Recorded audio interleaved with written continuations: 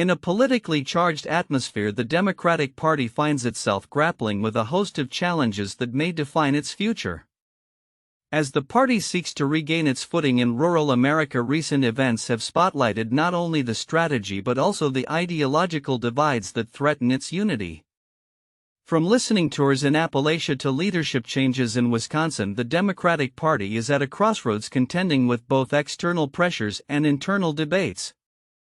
In Paintsville, Kentucky, a recent gathering of local voters illustrated the Democrats' struggle to reclaim rural support, which has increasingly leaned Republican. At the center of this initiative, the Kentucky Democratic Party's Rural Listening Tour aims to engage communities that have felt abandoned by the party. Janet Lynn Stumbo, a former Kentucky Supreme Court justice, expressed the significance of the event, noting, "This is the biggest Democratic gathering I have ever seen in Johnson County, a region that overwhelmingly supported Donald Trump in recent elections." The Democrats' path back to relevance, according to Coleman Elridge, chair of the Kentucky Democratic Party, lies in rebuilding trust and communication in these traditionally conservative areas. "We stopped doing the things that we knew we needed to do," he reflected, emphasizing the need for Democrats to actively listen and connect with rural constituents. The stakes are high. With the party losing critical Senate seats in states with substantial rural populations such as Montana and Ohio, the urgency to connect with these voters has never been more pronounced. Nationally, Trump secured 60% of small-town and rural voters in 2020 and increased that share to 63% in 2024, a stark contrast to the party's past successes under Bill Clinton. Elridge articulated a pragmatic approach. While Democrats may not need to win outright in these regions, they must focus on reducing Republican margins and presenting a viable alternative to the narratives championed by their opponents. The sentiments expressed at the Paintsville meeting echoed a broader frustration among Democrats nationwide. Voters voiced concerns about the Republican agenda, particularly regarding education and healthcare. Sandra Music, a retired teacher, lamented the impact of conservative policies on public education, while others criticized the portrayal of Democrats by their opponents. Stumbo highlighted the dangers of a rightward shift in the court's warning of irreparable damage if left unchecked. Meanwhile, in Wisconsin, the Democratic Party is preparing for a leadership transition as Ben Wikler steps down after a successful tenure. His departure opens the door for three established figures, Devin Remiker, Joe Zepecki, and William Garcia, to vie for the party's chairmanship at the upcoming convention. Each candidate brings a unique vision, with Remiker emphasizing the need to build on past successes and strengthen grassroots efforts, while Zepecki aims to unite the party against Trump's influence. Garcia, advocating for local organizers, argues that the party's future hinges on empowering county-level activities, suggesting a shift towards a more inclusive approach. Wikler's tenure has been characterized by significant fundraising success and strategic victories, including pivotal wins in statewide elections. His endorsement of Remiker could provide a crucial advantage in the race, as party insiders acknowledge that filling his shoes will be a daunting task. "Big shoes to fill, probably unfillable," remarked a veteran Democrat, underscoring the high expectations for his successor. As the Democratic Party navigates these challenges, the underlying theme is one of resilience and adaptation. The experiences in Appalachia and Wisconsin serve as reminders of the party's need to engage with diverse constituencies and redefine its messaging to resonate with a broader electorate.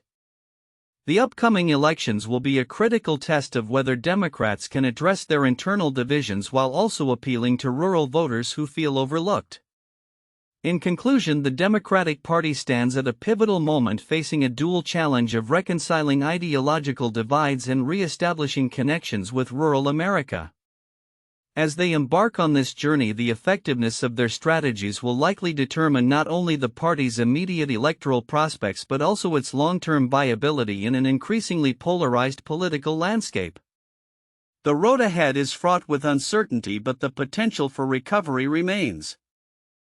Anchored in the voices of voters who seek an alternative to the status quo, and a significant development for taxpayers in New York, Republican Representatives Elise Stefanik and Mike Lawler have managed to negotiate a deal that will dramatically increase the cap on the state and local tax SALT deduction.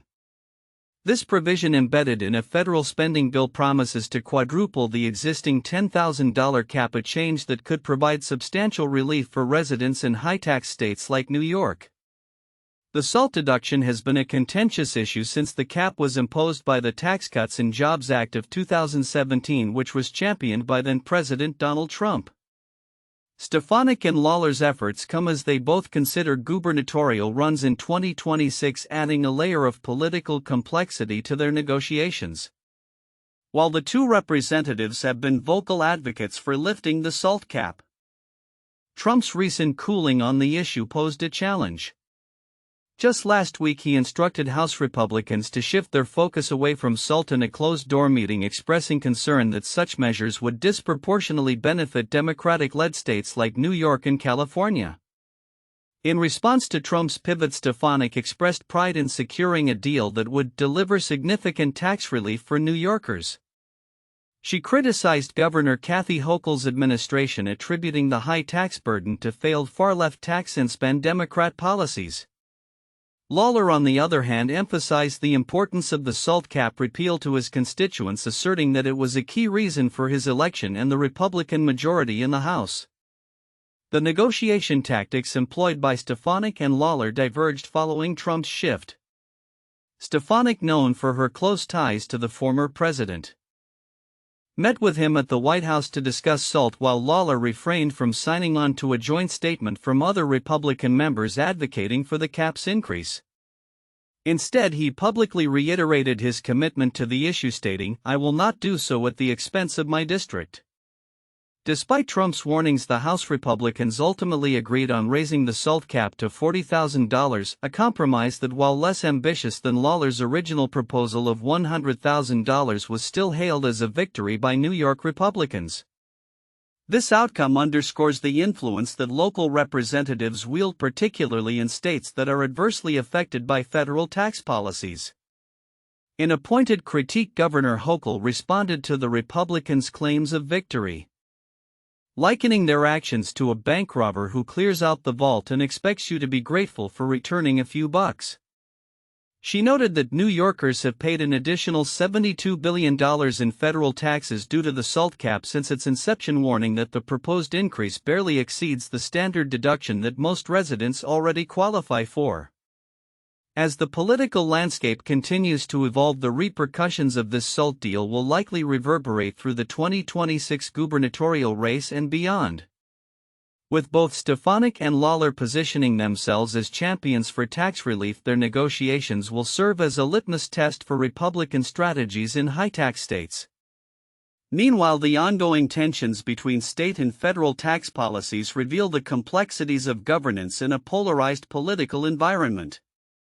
Looking ahead, the potential for further changes in SALT regulations remains a significant topic of discussion, particularly as both parties navigate the implications of tax policy on their electoral fortunes.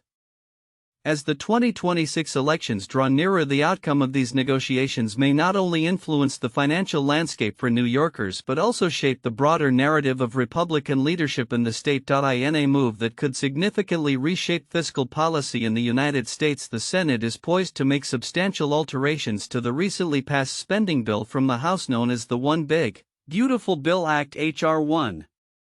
This legislation, which found its way through the House under Speaker Mike Johnson, represents a pivotal moment in the ongoing evolution of America's economic landscape during Donald Trump's second term.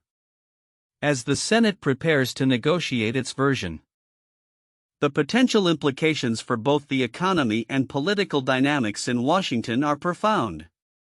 The House's passage of the bill was not without its challenges.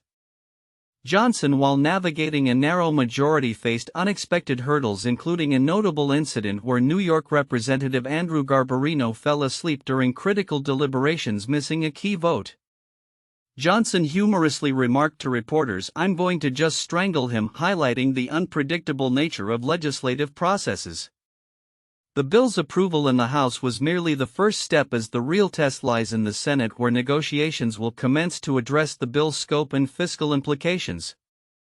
As the Senate gears up for discussions, the stakes are high. The Congressional Budget Office has projected that the House's plan could add trillions to the federal deficit, prompting concerns over its long-term viability and impact on inflation. Representative Tom Tiffany, a Republican from Wisconsin, expressed skepticism regarding these estimates, underscoring the need for a careful approach to public spending. Much of the blowout in spending that happened over the last number of years has led to the inflation that we've had, he stated, advocating for more fiscally responsible policies. This legislative maneuvering is not occurring in isolation. In Texas, a separate but equally contentious issue unfolded as the House rejected a proposal to automatically deny bail to repeat offenders, a move that had garnered extensive support in the Senate. Senate Joint Resolution 87 aimed to amend the state constitution to impose stricter bail conditions for certain felonies. Proponents argued it was necessary to protect public safety, while opponents, including many Democrats, contended it undermined due process rights. Representative Mitch Little, the proposal's sponsor, argued, if we do not pass it, we will not be able to properly constrain judges who would release certain very dangerous people on the streets. The rejection of SJR 87 exemplifies the ongoing tension within state legislatures regarding criminal justice reform and public safety. The debate has revealed deep divisions, with opponents warning that the measure could lead to wrongful detentions and a violation of the presumption of innocence. Representative Joe Moody, a leading voice against the bill, emphasized, "You have a prior conviction and someone accuses you of something new, straight to jail." The failure of this proposal raises questions about future efforts to reform Texas's bail laws and the broader implications for criminal justice policy.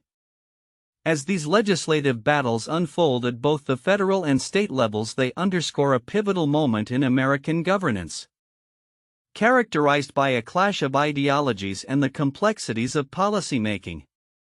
The Senate's forthcoming negotiations on the spending bill will be watched closely, not only for their immediate economic implications but also for how they may influence the political landscape ahead of the 2026 elections. Meanwhile, the challenges in Texas reflect a broader national discourse on justice reform, highlighting the delicate balance between public safety and individual rights.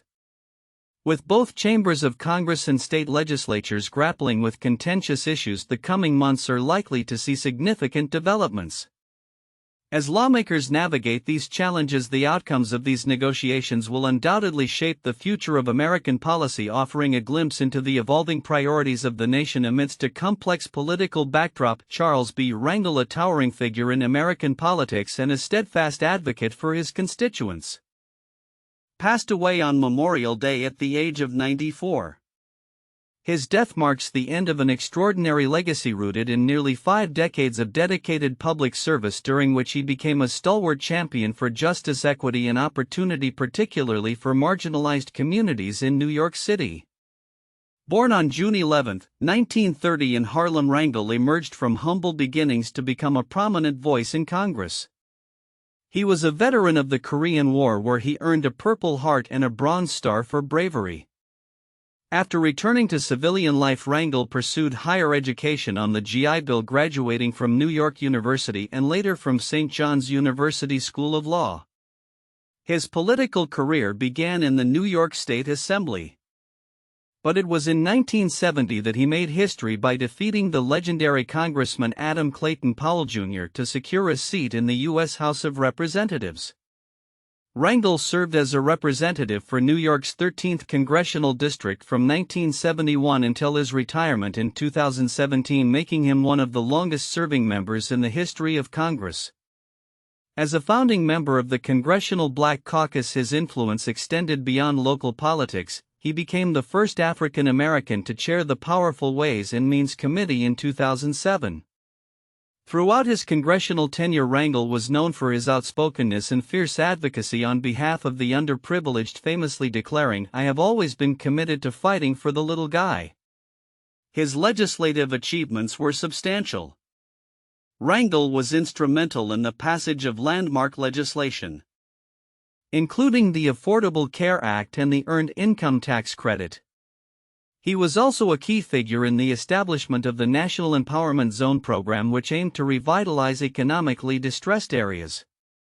His commitment to education was evident in his creation of financial mechanisms to support public school construction and rehabilitation across the nation.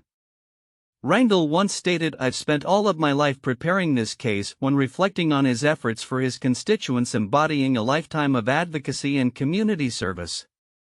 Despite his many accomplishments, Rangel's career was not without controversy. In 2010, he faced a censure from the House of Representatives due to ethics violations, which included allegations of financial misconduct and improper use of office resources. Although these issues tarnished his legacy, Rangel managed to maintain his popularity among his constituents, who re-elected him even amidst the ethical scrutiny. Tributes poured in following his passing, with Senate Minority Leader Chuck Schumer describing Rangel as brilliant, bold, funny, fearless, and commending his lifelong commitment to public service. House Minority Leader Hakeem Jeffries referred to him as the Lion of Lenox Avenue, acknowledging Rangel's transformative impact on Harlem and beyond. Rangel's legacy will undoubtedly continue to inspire future generations, as he has paved the way for many who seek to serve their communities. In the aftermath of his passing, the Charles B. Rangel Infrastructure Workforce Initiative at the City College of New York stands as a testament to his enduring commitment to addressing the needs of urban communities. Launched in 2022, the program aims to boost modern infrastructure jobs in Upper Manhattan and the Bronx, further solidifying Rangel's dedication to fostering economic opportunities for the next generation. As the nation reflects on Rangel's remarkable life, it is clear that his contributions to American politics and social justice will not be forgotten. The impact of his work resonates deeply, and as communities continue to strive for equity and progress, Rangel's legacy serves as a powerful reminder of the change that dedicated public service can bring. The future will undoubtedly see the continued evolution of policies inspired by his lifelong mission to uplift the voices of the underserved.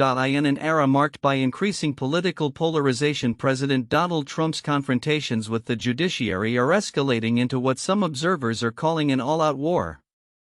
This intensifying clash is occurring as the president faces mounting legal challenges, prompting him and his allies to launch a sustained pressure campaign against the courts.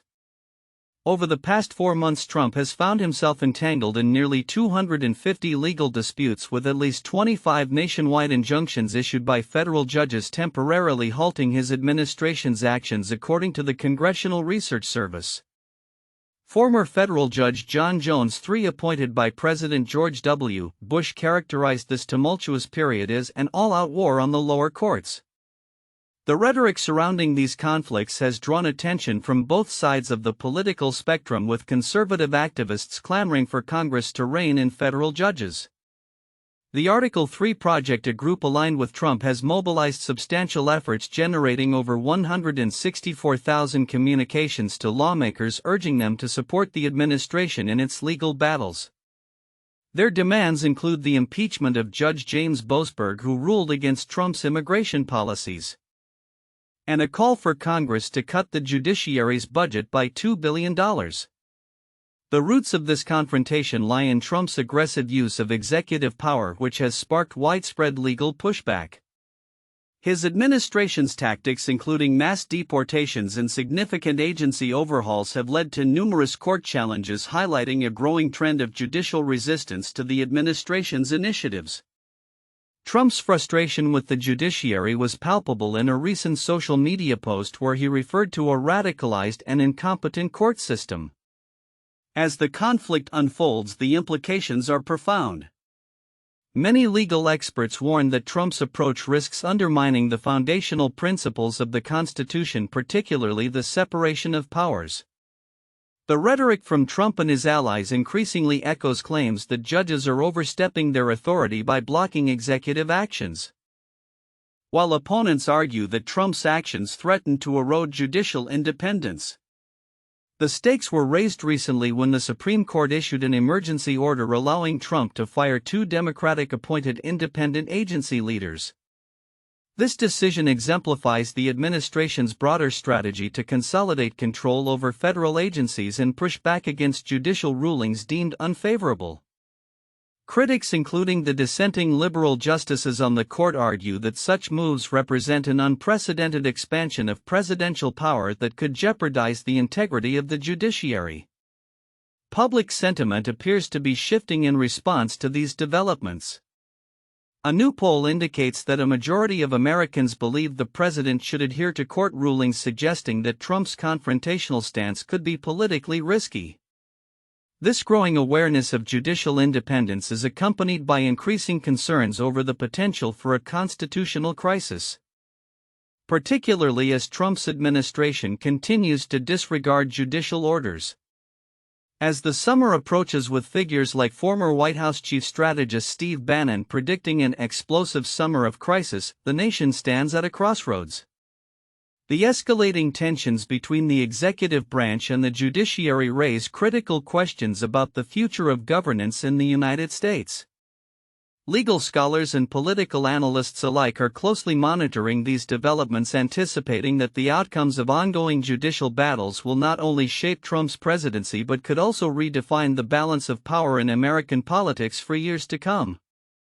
The coming months will likely reveal whether the judiciary can maintain its independence in the face of such unprecedented pressure, or if the current trajectory will lead to a significant reshaping of the governmental landscape.